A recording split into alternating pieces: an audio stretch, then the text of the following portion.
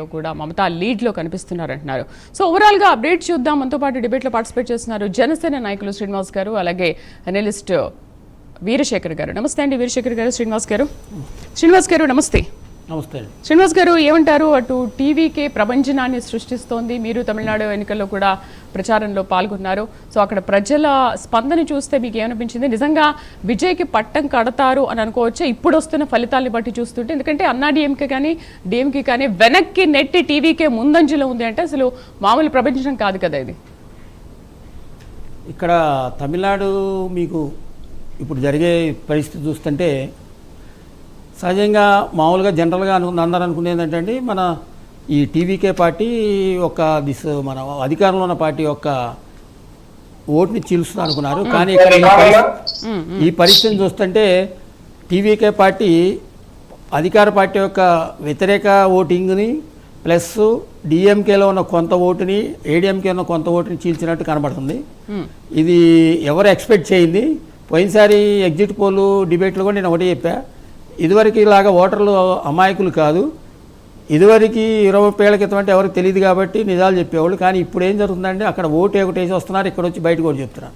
అందుకని ప్రజలే కరెక్ట్గా ఇది సరైన ఇది ఇవ్వకపోవడం వల్ల మన ఎగ్జిట్ పోల్స్లో కూడా రాంగ్ జరుగుతుంది. ప్రజలు కూడా ఒక సస్పెన్స్ని మెయింటైన్ చేస్తున్నారు అనుకోవాలా? అంటే ఎవరికి ఓటేసాము అనేది చెప్పకుండా చెప్పట్లేదండి. ఇప్పుడు ఒకటి ఏంటంటే ఒక చోట ఇప్పుడు తమిళనాడు చూస్తేనేమో ప్రజలు సస్పెన్స్గా ఇచ్చేశారు. అదే మీరు మన వెస్ట్ బెంగాల్ వెళ్తే అక్కడ మన ఉన్న అధికారంలో టీఎంసీకి భయపడి చెప్పబడడం జరిగిందండి.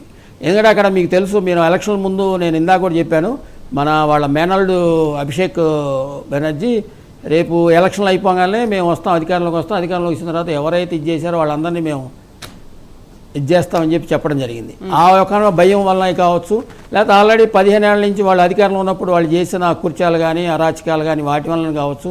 ప్లస్ 15 ఏళ్ల నుంచి వీళ్ళు ఒక ప్రాతిపదికన ఒక ప్లానింగ్ ప్రకారం అధికార పార్టీ వాళ్ళు ప్రతిపక్షంలో ఉన్న రెండో తరం నాయకుల్ని కనపడకుండా చేయటం, వాళ్ళని పక్కకు తొలగించడం కానీ ఆ క్రియలో వాళ్ళు నిమగ్నమయ్యి ప్రతిపక్షంలో లేకుండా చేయడానికి ప్లాన్ చేశారు. అది కూడా వీళ్ళకి ఒక టీఎంసీకి పెద్ద దెబ్బ అండి.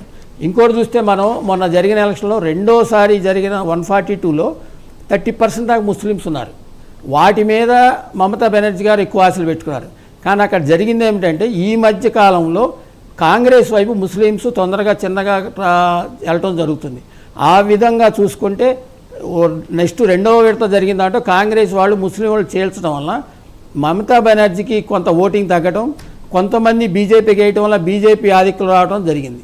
ఈ రకంగా చూసుకున్న మమతా బెనర్జీకి అక్కడ ఈ సెకండ్ ఫేజ్లో కూడా ఆమెకు బాగా లాస్ వచ్చే అవకాశం ఉందండి. ఎందుకంటే సౌత్ బెంగాల్లో ఆమెకు ఎప్పుడు హోప్స్ ఉంటాయి. సౌత్ బెంగాల్లో 123 సీట్లు దాకా గెలిచే అవకాశాలు ఉన్నాయి ఎంత పోయినసారి. కానీ ఈసారి అయితే అక్కడ కూడా బాగా దెబ్బ తగులుతుంది.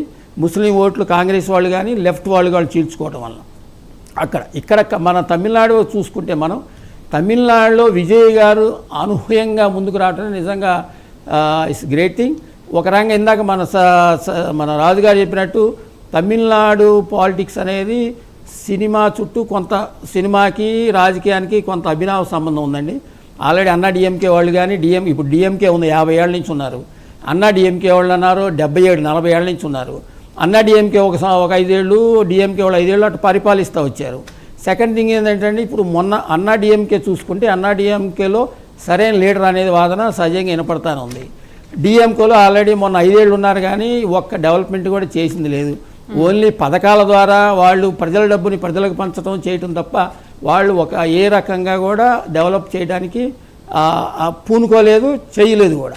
అందువల్ల ఒక మార్పు అనేది అంటే 50 ఏళ్ళ నుంచి ఉన్న డిఎంకేను పక్కన పెడదాం, సరైన లీడర్ లేని ఏడిఎంకేను పక్కన పెట్టి మనకి సేవ చేయడానికి వచ్చిన విజయ్ గారిని జనం ఒకవైపు మొగ్గు చూపారనేది ఈ ఫలితాలను అంటే ఇప్పుడు వచ్చే వీటిని బట్టి తేటతలం అవుతుందండి. అందువల్ల రేపొద్దున టీవీకే బీజేపీ అన్నాడీఎంకే కలిసి అంటే ఈ ఫలితాలను బట్టి ప్రభుత్వాన్ని ఏర్పరిచే సూచనలు బ్రైట్గా కనబడుతున్నాయి. ఒక్కరైనా ఇద్దరు కలిసి ప్రభుత్వాన్ని ఏర్పాటు చేస్తారా? కావాల్సింది 148 కదా. అంటే అంతే మీన్స్ అబ్సల్యూట్లీ 50% వస్తుందని మనం ఎక్స్పెక్ట్ చేయలేమండి. టీవీకేకి అన్నా డిఎంకే సపోర్ట్ అయితే తీసుకోవాలి. ఎందుకంటే డిఎంకేతో అయితే వీళ్ళు కలవరు. ఆటోమేటిక్గా మిగిలిన అన్నా డిఎంకే ఎన్డీఏ కూటమి కాబట్టి 87 చూపిస్తుంది టీవీకే. టీవీకి 87 చాలదు కదండి. ఇప్పుడు వాళ్ళది రిక్వైర్డ్ మోర్ దాన్ 120 చేంజ్. ఆటోమేటిక్గా ఈ అన్నా డిఎంకే కలుపుకోవాల్సిందే కంపల్సరీగా. రైట్. డిఎంకే నెట్టు కలుపుకోరు, ఎందుకంటే మెయిన్ ప్రత్యర్థి విజయ్ గారికి డిఎంకే. అన్నా డిఎంకేతో వాళ్ళు రేపు మొన్న ఎలక్షన్ ముందు పొత్తు కోసం ట్రై చేశారు, అతను ఒప్పుకోలేదు. కొన్ని సిద్ధాంతాలు కానీ కలవబోవటం ఎందువల్ల కానీ ఒప్పుకోలేదు. ఇప్పుడు ఎలక్షన్ తర్వాత ఇప్పుడు ఈ ప్రభుత్వాన్ని ఏర్పరచడానికి అన్నా డిఎంకేను ఎన్డీఏతో కలిసిపోవటం అనేది జరగటానికి సూచనలు అక్కడ కనబడుతున్నాయి. రైట్. అక్కడ అస్సాంలో బీజేపీ మ్యాజిక్ ఫిగర్ని కూడా దాటేసింది. విజయ్ దూకుడు ముందు అన్నా డిఎంకే బేజారైపోయాయి.